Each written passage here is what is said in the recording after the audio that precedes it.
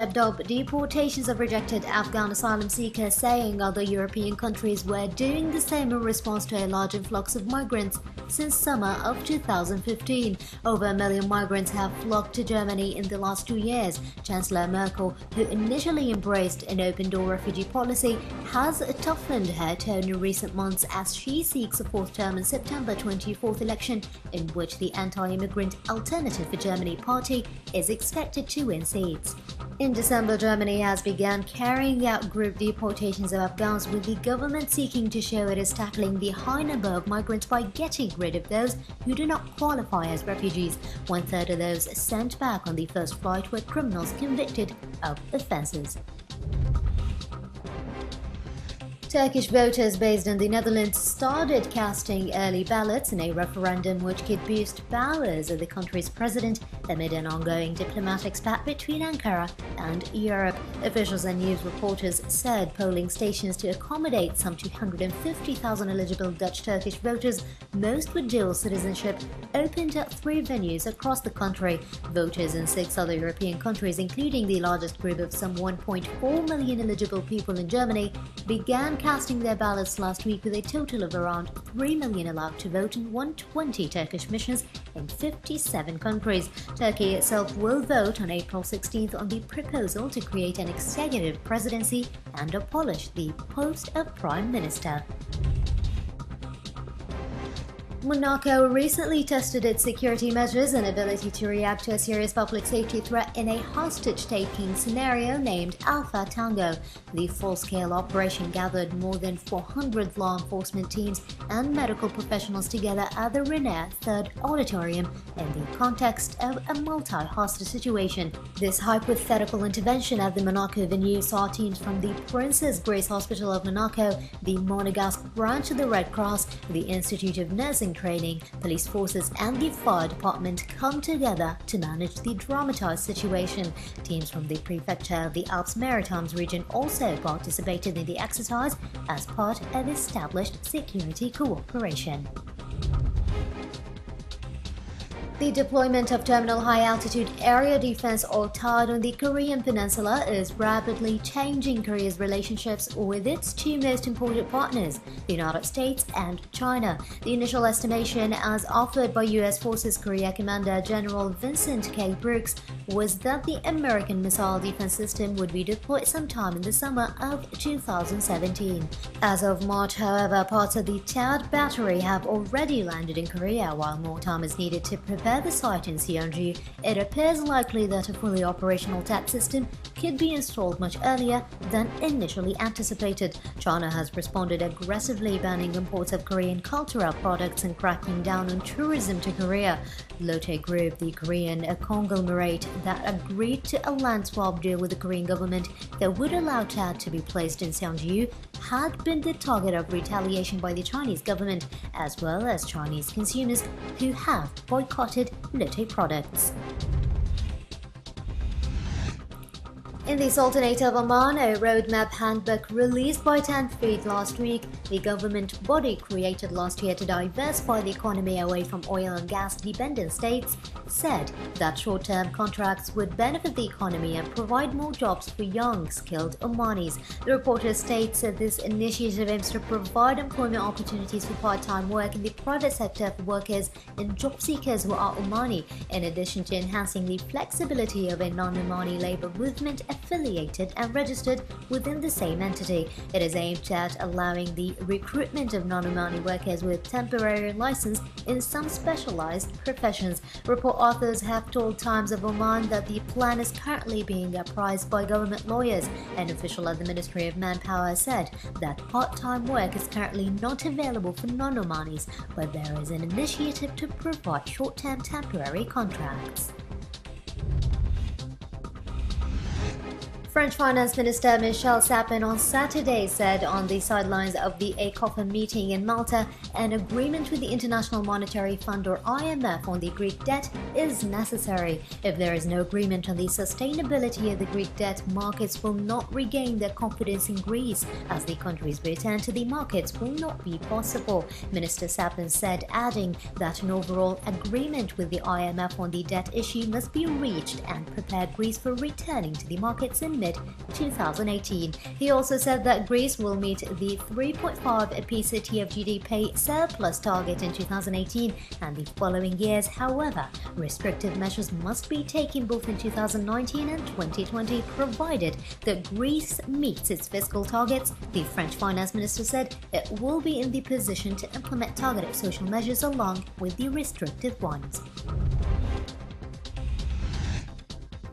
The Brazilian government said the death toll caused by yellow fever in Brazil has surpassed 200, mainly in the southeastern states. The health ministry said since an outbreak in December 2016, yellow fever has killed 202 people, 148 of whom were in the southeastern state of Minas Gerais. The states of Espírito Santo, São Paulo and Rio de Janeiro also have yellow fever deaths. Health authorities have distributed over 20 million doses of vaccine to fight the largest outbreak of yellow fever in decades.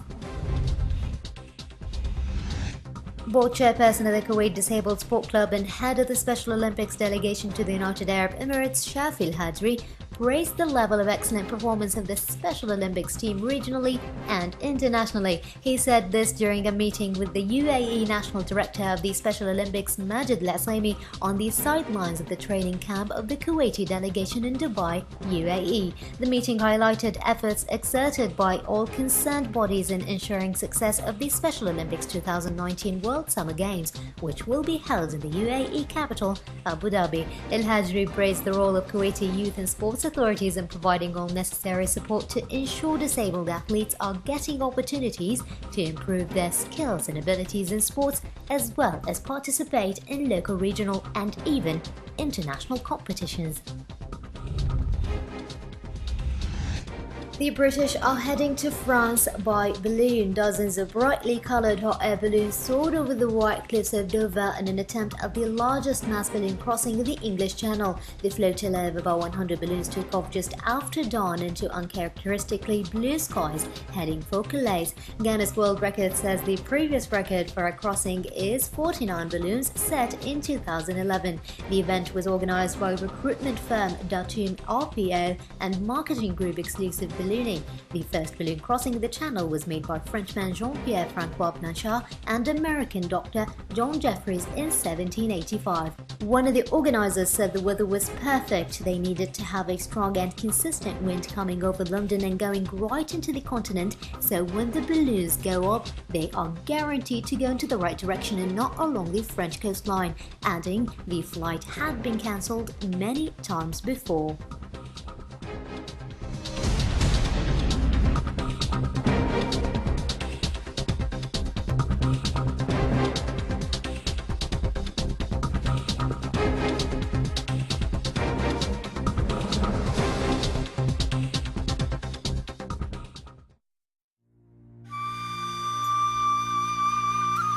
يما بيتك واحد من بيوت الكويت، احفظيه وريلك ما وصيك عليه.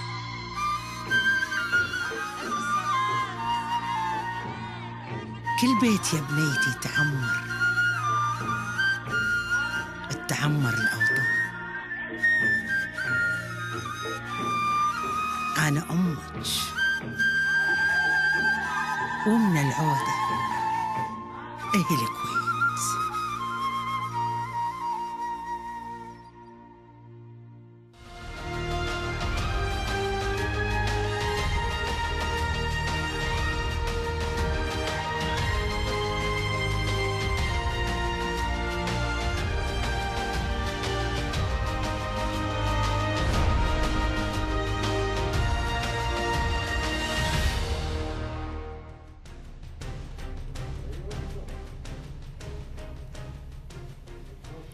Good evening, dear Kuwait television viewers, and welcome to another new episode of your weekly program, Kuwait in 30 Minutes.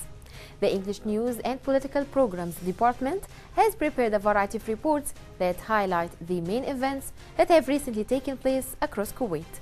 Our committed team of reporters is constantly engaged in numerous events with the objective of keeping you, dear viewers, aware of the latest information, regulations, and policies. Our main is to help you obtain information on the latest developments at the local scene. So stay tuned for more coming your way this evening.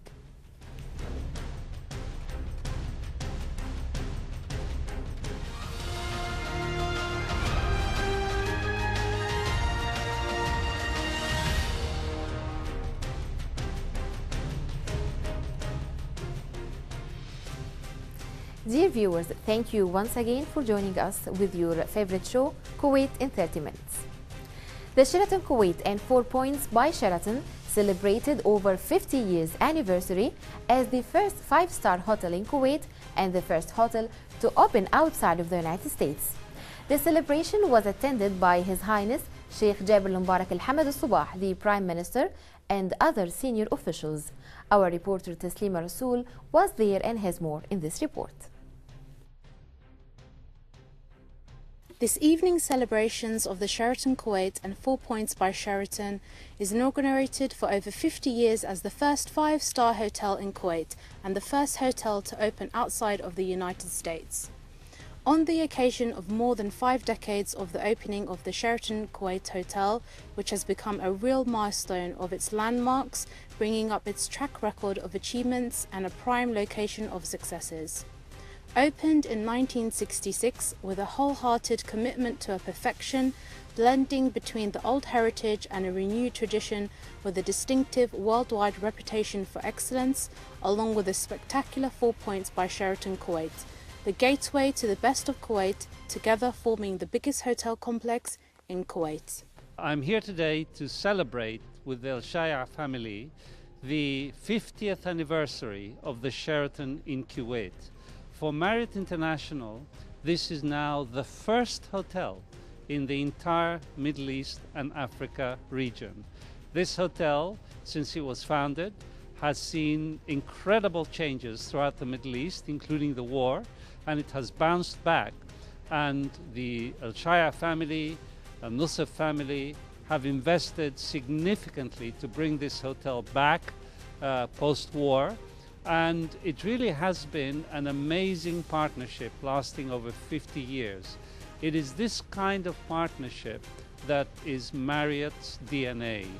We live through long-term partnerships with our real estate owners throughout the Middle East and Africa region, where today we have nearly 250 hotels and 55,000 rooms. So you can say in a way that the Kuwait Sheraton was the seed that was planted that led to all these flowers now blossoming across the region.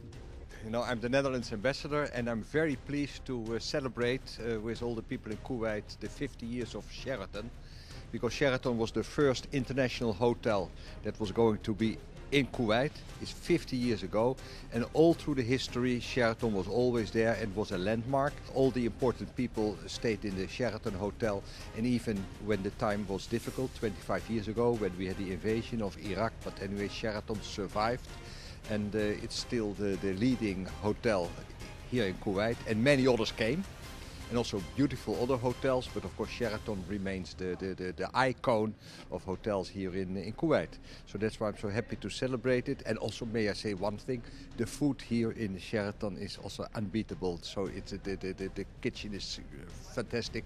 Of course you always can eat very good in Kuwait, but in Sheraton Hotel it's both and healthy and also very tasty.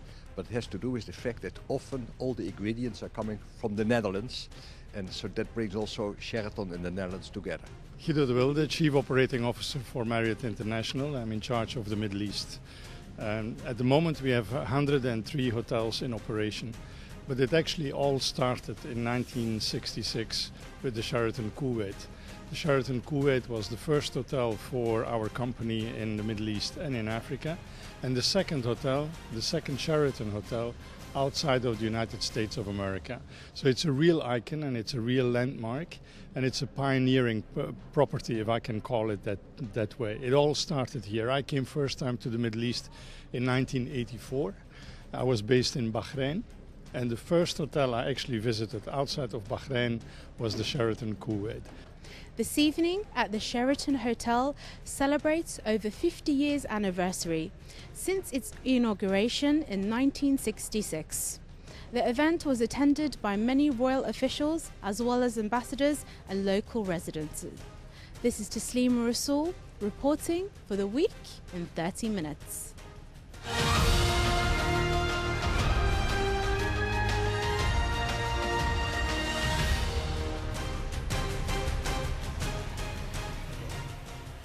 The French Embassy to the State of Kuwait recently held a ceremony to honor Her Excellency Hind Subih, Minister of Social Affairs and Labour and Minister of State for Economic Affairs, with the insignia of Chevalier of the Legion of Honor.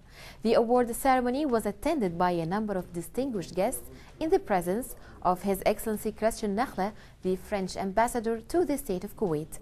The awarding ceremony coincided with the Francophone events that took place in Kuwait and which wrapped up by the end of March. Reporter Ghenwa Jabouri has more in the following report. The Legion of Honor is an exceptional award and has been France's highest award and one of the most coveted distinctions in the world, in recognition of her contribution and participation in a number of areas including the educational, economical and finance sectors. Her Excellency Hind Al-Subih, Minister of Social Affairs and Labour and Minister of State for Economic Affairs, was awarded with the honour in a ceremony hosted by the French Ambassador to Kuwait, His Excellency Christian Nakhle, at his residence in Jabriya.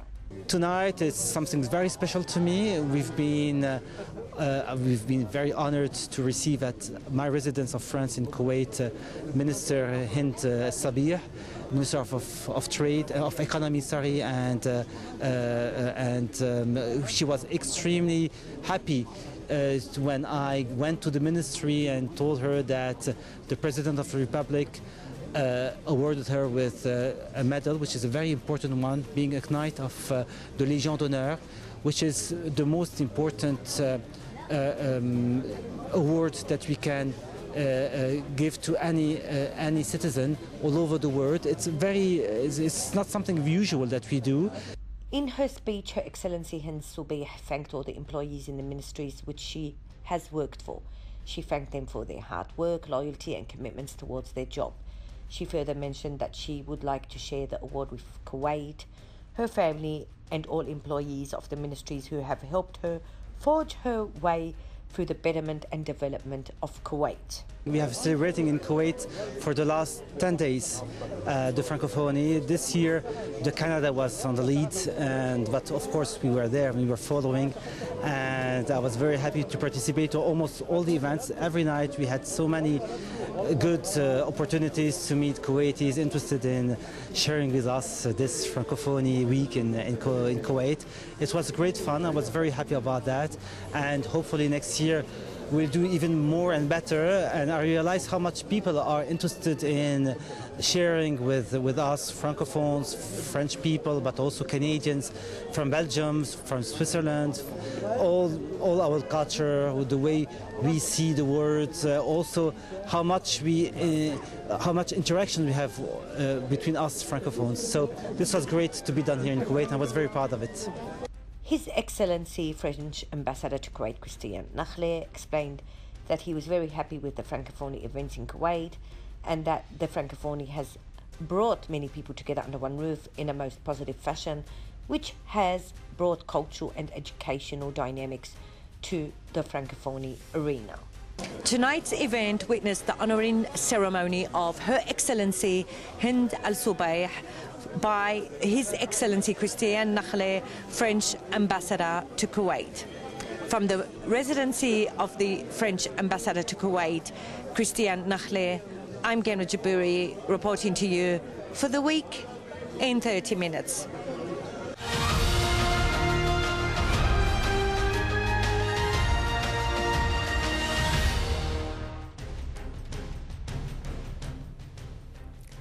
Under the title Capital Markets Development in the State of Kuwait, the second annual conference kicked off. The event took place at the Sheraton Hotel with local, regional and international participation. More details in the following report. In line with Kuwait Capital Markets Authority or CMA to shed light on its strategic approaches, CMA held its second annual conference under the title Capital Markets Development in the State of Kuwait. The conference reviewed experiences of selective local and regional and international experts and specialists who represent a number of authorities, exchanges, and specialized financial organizations through post-trade model, Borsa Kuwait Challenges and Aspirations, the CMA XBRL-based electronic filing platform. The Capital Markets Authority is an independent authority with legal personality as well as financial and administrative independency. It has been regulating and supervising Kuwait's financial markets since the issuance of Law No. 7 of the year 2010 regarding the establishment of the Capital Markets Authority and regulating securities activities. CMA aims to regulate securities activities in a fair, transparent and efficient manner, grow the capital markets, and diversify and develop the investment instruments in accordance with best international practice. It also aims to enhance investor protection, reduce system risk rising from securities activities, impose requirements of full disclosure in order to achieve fairness and transparency, and prevent conflicts of interests and use of inside information arising. Additionally, it seeks to ensure compliance with the rules and regulations set related to securities activities. The conference started with the speech of the CMA presented by Dr. Naif Al-Hajraf, the chairman of the Board of Commissioners Capital Markets Authority in Kuwait. Then it was followed by 3 sessions that are the post-trade model, the Kuwait Borsa Challenges and Aspirations, and the CMA XBRL-based electronic filing platform. From Sheraton, Kuwait, I am Hab Abdul Rahman reporting for the week in 30 minutes.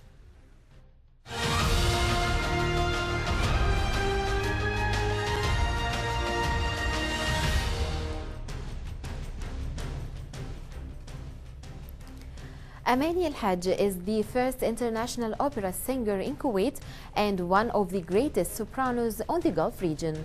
The concert hosted at the Sheikh Jaber Al-Ahmed Cultural Center featured some of the most loved arias and duets from the classical opera literature. Our reporter Taslima Rasool has more in the following report. We're here tonight at the Sheikh Jaber Al-Ahmed Cultural Center. Tonight's performance is by international opera singer sensational Amani Al-Hajji. Opera is an art form in which singers and musicians perform a dramatic work combining text, libretto and musical score, usually in a theatrical setting. In traditional opera, singers do 2 types of singing, recitative and speech-inflected style, and arias, a more melodic style. Opera incorporates many of the elements of spoken theatre, such as acting, scenery, and costumes. The performance is typically given in an opera house, accompanied by an orchestra or smaller music ensemble. Amani Al-Hajji was gifted with an extraordinary voice from an early age. Al-Hajji has performed in opera houses around the world and represented Kuwait in countries like Lebanon, Ukraine, Bahrain, Morocco, and Italy. Al-Hajji is the first international opera singer in Kuwait and now one of the greatest sopranos in the Gulf region. The concert this evening features some of the most loved arias and duets from the classical opera literature. For duets, Al-Hajji will be joined by Abdullah Al-Maraji, a tenor and a voice instructor from the High Institute of Musical Arts. And we're here to enjoy a nice opera tonight, and we're hearing about all these beautiful concerts every week, so we came tonight to have a nice evening watching a new opera, one of the best singers in the Arab world, so hopefully we enjoy it, and that's it. And it's the first time for me to come here in the Cultural Center, and I'm here to see the singer Amani. I'm very excited because it's the first time for me, and I'm very happy.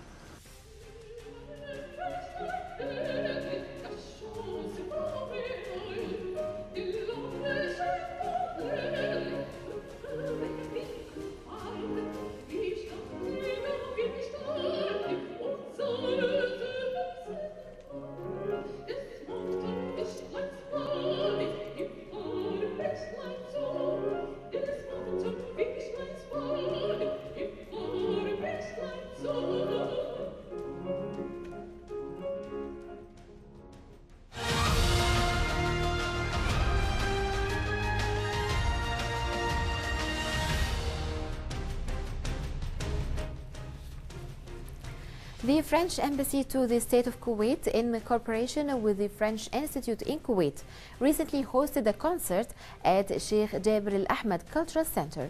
The concert witnessed the well-known Russian-Algerian singer performing live in front of an enthusiastic audience. The concert was attended by a huge crowd, including diplomats, distinguished guests, and members of the press. The concert was part of the events taking place across various venues in Kuwait as part of the International Francophone Day. The Francophone is observed within the International Organization of Langue Francophonie's 77 member states on March 20th to celebrate the French language and Francophone culture. Reporter Ghenwa Jabouri has more in the following report. Russian-Algerian singer Shahrazad's performance at Sheikh Jabir Al Ahmed Cultural Center was nothing short of stellar, highly entertaining the audiences with her undeniable talent. Audiences attending the concert felt grateful for having had such a special opportunity to listen to the artist perform a range of songs, including her own songs and other well-known artists' songs, including Lebanese diva Fayrouz, who is one of Shahrazad's influences. The lead has been took by a Canadian, but we also work with Switzerland, Belgium, Italy, a part of Italy, and some African countries. So it permits us to have a lot of events, concert, as I told you, tonight, Sherazade et l'Avion Rose, but even 2 days ago with a special folk song from Canada, from Northern Canada.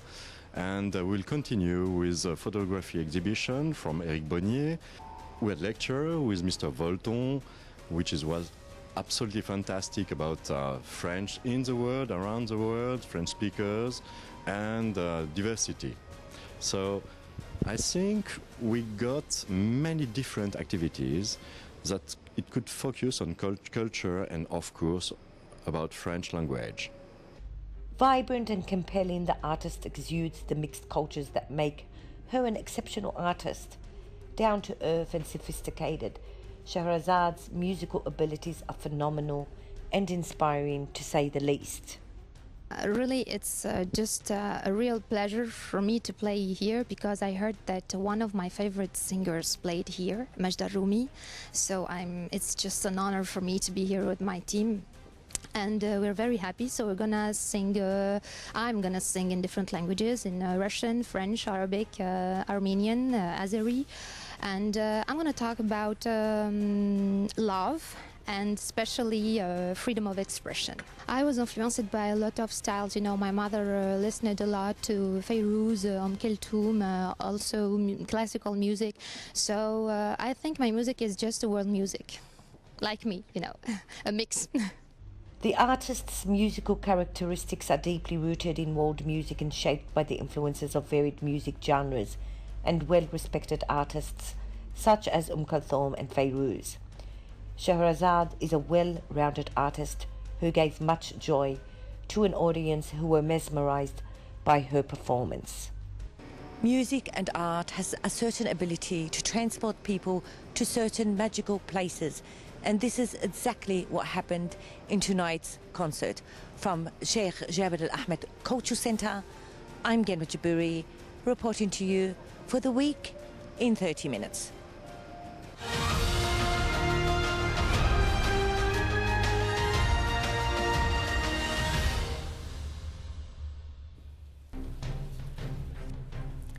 The Lycée French School in Kuwait recently held a concert where students sang a variety of songs in the French language. French is the primary language of the school, and therefore the school was keen on partaking in the Francophone, whose main goal is to celebrate the French language. The event was attended by the principal of the school, parents of the students, and several employees of the French Institute in Kuwait. Reporter Ghenwa Jabouri has more in the following report. Francophonie 2017 has highly entertained, engaged and brought much delight to the local community in Kuwait. With its cultural and enlightening activities, Francophonie has indeed been a positive vehicle that has brought people together through art, song, film, and several fruitful forums and discussions. Very simple. We have marvelous students singing French songs today.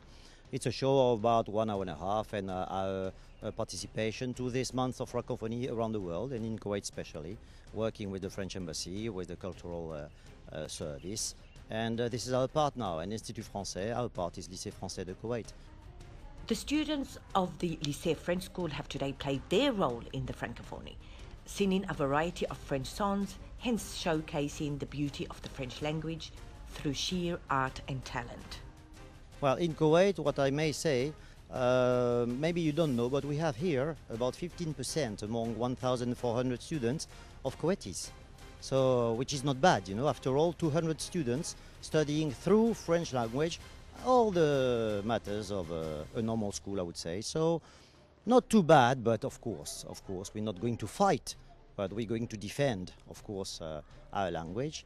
And this way, by songs, you know, it's a way not to say we want to be more than the other ones. We are only a French school, but we are a French school.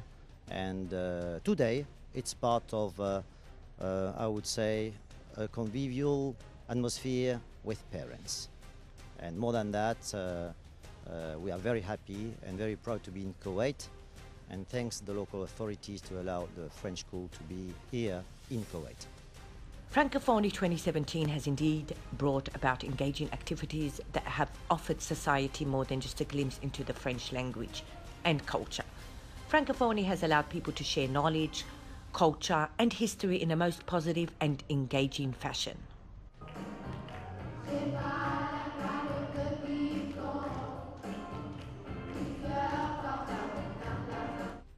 Students today got to play their role in the everlasting and beautiful Francophonie.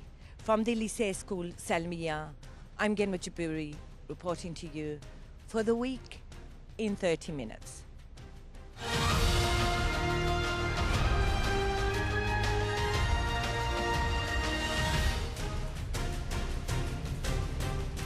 The Meteorological Department of Kuwait invited members of the public to participate in the activities of the annual celebration of World Meteorological Day, held at the Avenues Mall.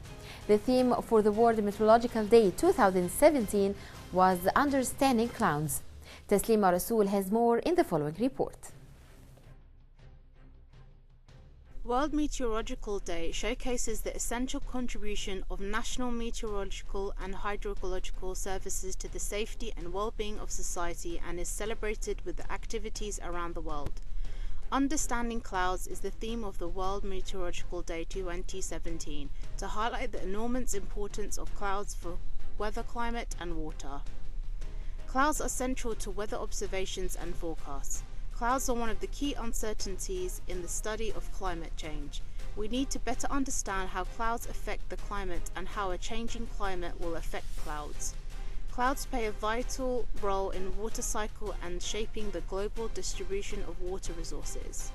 World Meteorological Day will provide an opportunity to celebrate the inherent beauty and aesthetic appeal of clouds, which has inspired artists, poets, musicians, photographers, and countless other enthusiasts throughout history. World Meteorological Day marks the launch of a new edition of the International Cloud Atlas after the most thorough and far-reaching revision in its long and distinguished history. The new atlas is a treasure trove of hundreds of images of clouds, including a few newly classified cloud types. It also features other meteorological phenomena such as rainbows, halos, snow devils and hailstones. For the first time ever, the atlas has been produced in a digital format and is accessible via both computers and mobile devices. Today we're here talking about the Understanding Cloud is the theme of World Meteorological Day 2017 to highlight the importance of cloud for the weather, climate and water. Cloud are one of the keys in the study of climate change. We need to better understand how clouds affect the climate and how the changing climate will affect on clouds. Clouds play a critical role in the water cycle and shaping the global water resources. Today is a very special day in the calendar. It's World Meteorological Day. It's celebrated all over the world with many different events and activities taking place. The theme for this year is Understanding Clouds. Especially with climate change and global warming, it's important for all of us to understand the importance and take care in the world we live in. Reporting from the Avenues Mall, this is Taslima Rasul for the week in 30 minutes.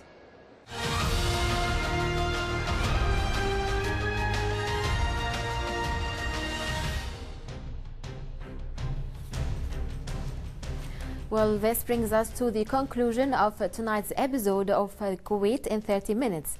We hope to see you again same time next week. Our highly dedicated team of correspondents is constantly out on the field searching for reports that matter most to you. We look forward to receiving your feedback on the stories we showed this evening and are ready to cover issues that are of special interest to you. So please email us your suggestions at moikuwaitnews@gmail.com. You can also follow us on Twitter at moikuwaitnews and on Facebook at moikuwaitnews. And of course, if you would like to see our reports once again, you can visit our YouTube channel at moikuwaitnews. Thank you for joining us tonight and see you next week with more exclusive reports. Have a good night.